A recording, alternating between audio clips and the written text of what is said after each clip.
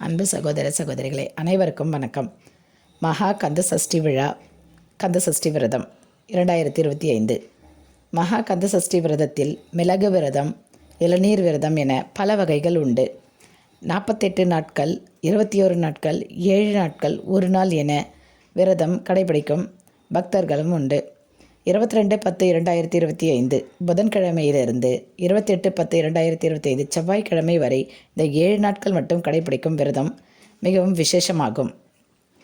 இன்னும் தீவிரமான பக்தர்கள் பக்தியின் காரணமாகவும் முருகனிடம் தாங்கள் முன்வைத்த வேண்டுதல் நிச்சயம் நிறைவேற வேண்டும் என்பதற்காகவும் 48 நாட்கள் எனப்படும் ஒரு மண்டலத்திற்கு கந்தசஷ்டி விரதத்தை கடைபிடிப்பார்கள். மாலை அணிந்தோ அல்லது அணியாமலோ இந்த விரதத்தை இருக்கலாம். இந்த ஆண்டு அக்டோபர் 22ஆம் தேதி மகா கந்தசஷ்டி விரதம் துவங்கியது. அக்டோபர் 27ஆம் தேதி சூரசம்ஹாரம் நடைபெற உள்ளது. முருகனுக்கு 48 நாட்கள் கந்தசஷ்டி விரதம் இருக்க நினைப்பவர்கள் செப்டம்பர் 10ஆம் தேதி புதன்கிழமை விரதத்தை துவங்கிவிட்டனர். மகா கந்தசஷ்டி விரதம் துவங்கும் முறையை பார்ப்போம். 22/10/2025 புதன்கிழமை முதல் 28/10/2025 செவ்வாய்க்கிழமை வரை விரதம் இருப்பவர்கள் முதல் நாளே வீடு மற்றும் பூஜை அறையை சுத்தம் செய்து தயாராக வைக்க வேண்டும். விரதம் துவங்கும் நாளன்று காலையில் அருகில் உள்ள முருகன் கோவிலுக்கு சென்று எதற்காக விரதம் இருக்கிறோமோ அந்த வேண்டுதலை முருகப்பெருமானிடம் சொல்லி வேண்டிக்கொண்டு விரதத்தை ஆரம்பிக்கலாம். கோவிலுக்கு செல்ல நேரமில்லாதவர்கள் வீட்டில் ஒரு பேப்பரில் வேண்டுதலை எழுதி முருகர் படத்தில் வைத்து விரதத்தை ஆரம்பிக்கலாம்.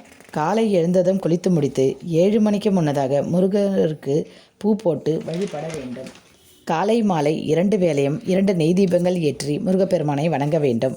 நெய்வேத்தியமாக 1 டம்ளர் பால், பழம் அல்லது கற்கண்டு எளிமையாக முடிந்தவற்றை வைத்து வழிபடலாம். தீபதூபம் காட்டி பூஜை செய்த பிறகு ஓம் சரவண பவ என்ற மந்திரத்தை 108 முறை சொல்லவும், முடிந்தால் எழுதலாம். விரதத்தின் போது செய்ய வேண்டியவை: உங்கள் வேண்டுதலுக்கு ஏற்ப ஒரு திருப்புகழ், கந்தசஷ்டி கவசம், வேல்மாறல் தினமும் கேட்கலாம் அல்லது படிக்கலாம். தினமும் தலைக்கு குளிக்க தேவையில்லை. செவ்வாய் வெள்ளி தலைக்கு குளித்தால் போதுமானது. இல்லறத்தில் இருந்தால் மறுநாள் வீடு சுத்தம் செய்து தலைக்கு குளித்து விரதத்தை தொடரவும். வாரம் ஒரு முறை வீடு பூஜை அறை சுத்தம் செய்தால் போதும். விரதம் இருப்பவர்கள் கண்டிப்பாக அசைவம் சாப்பிடக்கூடாது. வீட்டிலுள்ள மற்றவர்கள் சாப்பிடலாம். வீட்டில் அசைவம் சமைத்தால் அடுத்த நாள் வீடு சுத்தம் செய்து பூஜைகளை தொடரலாம். பெண்கள் மாதவிடாய் காலத்தில் வீட்டில் உள்ளவர்களை தீபம் ஏற்ற சொல்லி பூஜை அறைக்கு செல்லாமல் வழிபடலாம். முதல் நாள் மற்றும் விரதம் முடியும் நாள் மட்டும் ஒரு வேளை விரதம் இருந்தால் கூட போதும். முருகருக்கு வைக்கும் நெய்வேத்தியத்தை மட்டும் ஒரு வேளை சாப்பிட்டு விரதம் இருக்கலாம். 48 நாள் விரதம் முடிந்து மறுநாளே அசைவம் சாப்பிடக்கூடாது. குழந்தைக்காக கந்தசஷ்டி விரதம் இருப்பவர்கள் செய்ய வேண்டியவை: செவ்வாய்க்கிழமையன்று ஷட்கோண கோலம் போட்டு 6 வெற்றிலை தீபம் ஏற்றி வேல்மாறல் மற்றும் செகமாயையொற்றி என தொடங்கும் திருப்புகழை படிக்கவும். தினமும் கந்தசஷ்டி கவசம் அல்லது ஓம் சரவணபவ மந்திரத்தை சொல்லியபடி இருப்பது மிகவும் சிறப்பு.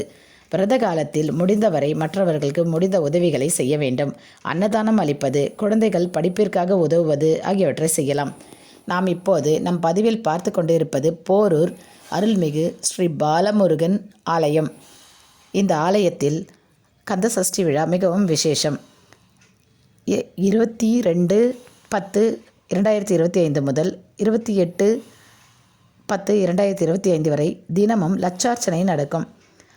எனவே அதில் கலந்து கொள்பவர்கள் கலந்து கொள்ளலாம்.